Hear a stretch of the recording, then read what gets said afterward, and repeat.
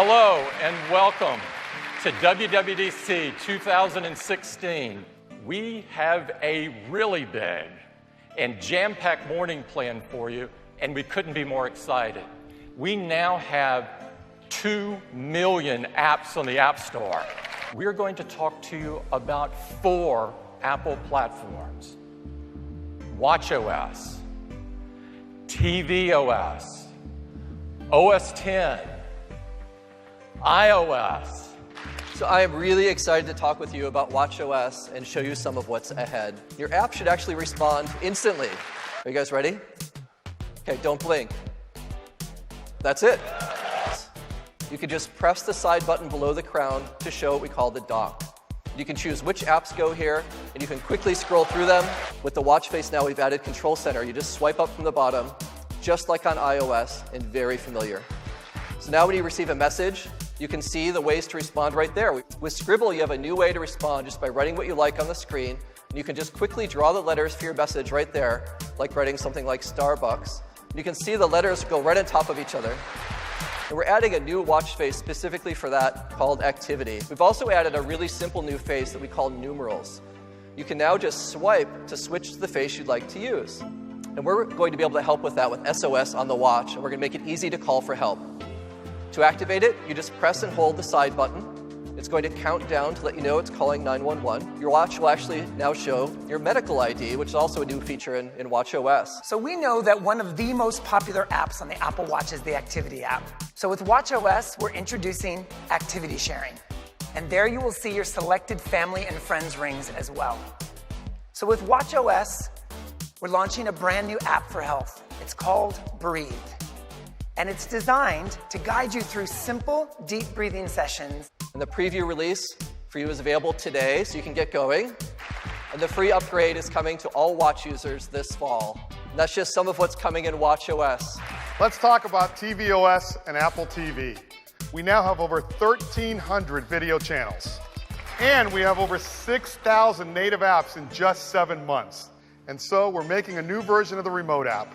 This is what it looks like. It's got a beautiful now playing screen with playback controls, but most importantly, all the features of the Siri remote. Siri changed the way we interact with our television, and we're making it even better because now you can search movies by topics. Find high school comedies from the 80s. Now, Siri actually searches over 650,000 movies and TV shows now.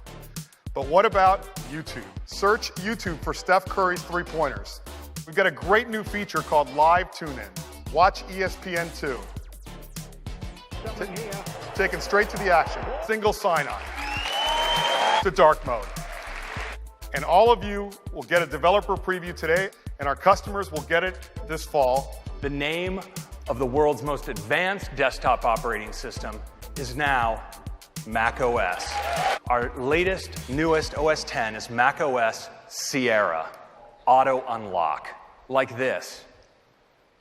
And we're in universal clipboard.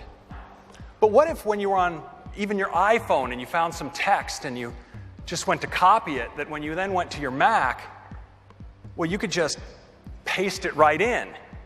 So let's make our desktop available on our other Macs as well, and have those files be available to us on the go on our iPhones.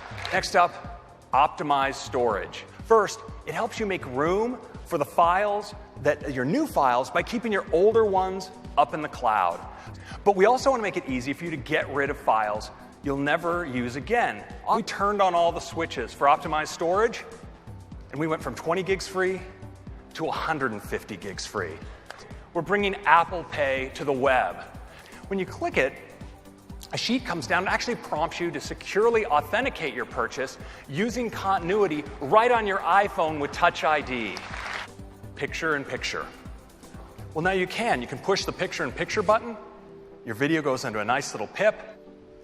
Hi, it's me. It sure is great to be on the Mac. Show the files I worked on last week about the offsite.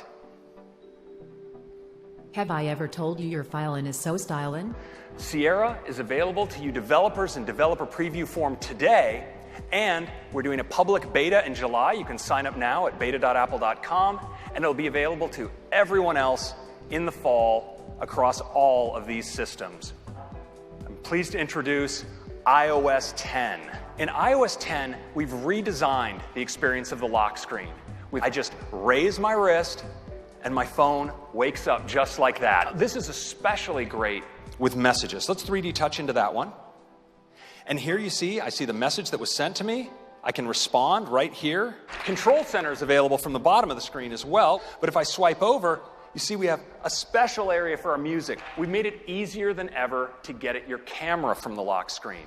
So I can just slide over from the right, and there's my camera. And we've made it easier than ever to get at your widgets. Just slide over the other way. And if I want that widget available to me at all times on my Today view, I can just add that widget like that. If I tap in, live action. Siri, because we're opening up Siri to developers. Send a WeChat to Nancy saying I'll be 5 minutes late.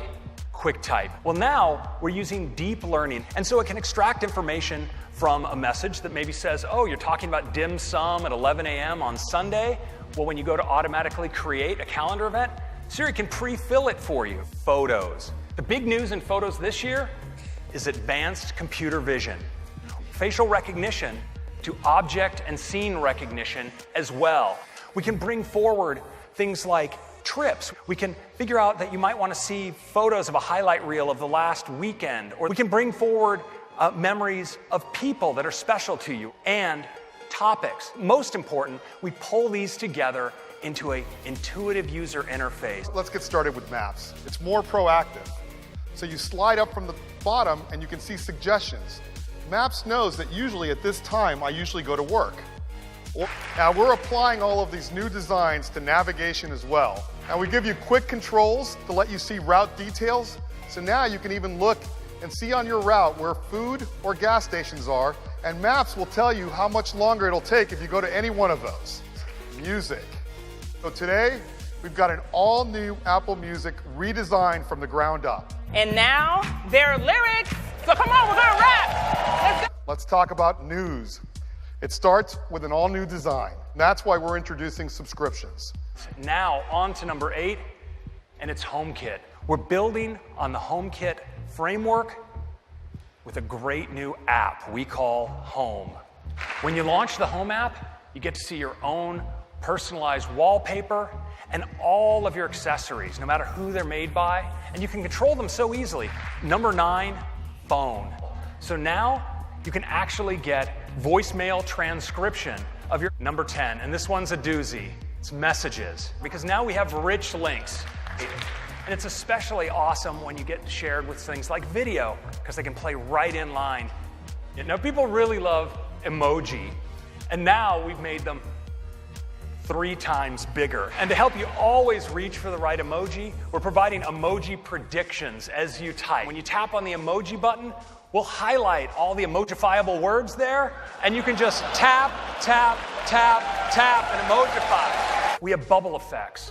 So if you want to say it loud, you can say it loud. You know, sometimes you want to get across something personal. And invisible ink gives you the way to do that. So you can just slide your finger across the bubble and clear away. And so now we support handwritten messages. Think handwriting bubbles. And you see when it comes across, the care there is the ink just settles in. And of course, we support digital touch as well. So you can send these very lively sketches. And sometimes what you say really deserves using the whole screen. So now messages can do that as well. And so we're opening up messages to developers as well with iMessage apps. With iMessage apps, iMessage has an app drawer. All of you developers can get the developer preview today. And again, we're doing a public beta this July, and iOS 10 will be available to all of our users this fall. Swift is a powerful and intuitive programming language, so today we're introducing a new app for iPad. We call it Swift Playgrounds, and they'll be able to do it right on their iPad. So we're releasing it with the developer preview today. It will be in the public beta next month, and it will be in the App Store when iOS 10 ships in the fall. What a great morning.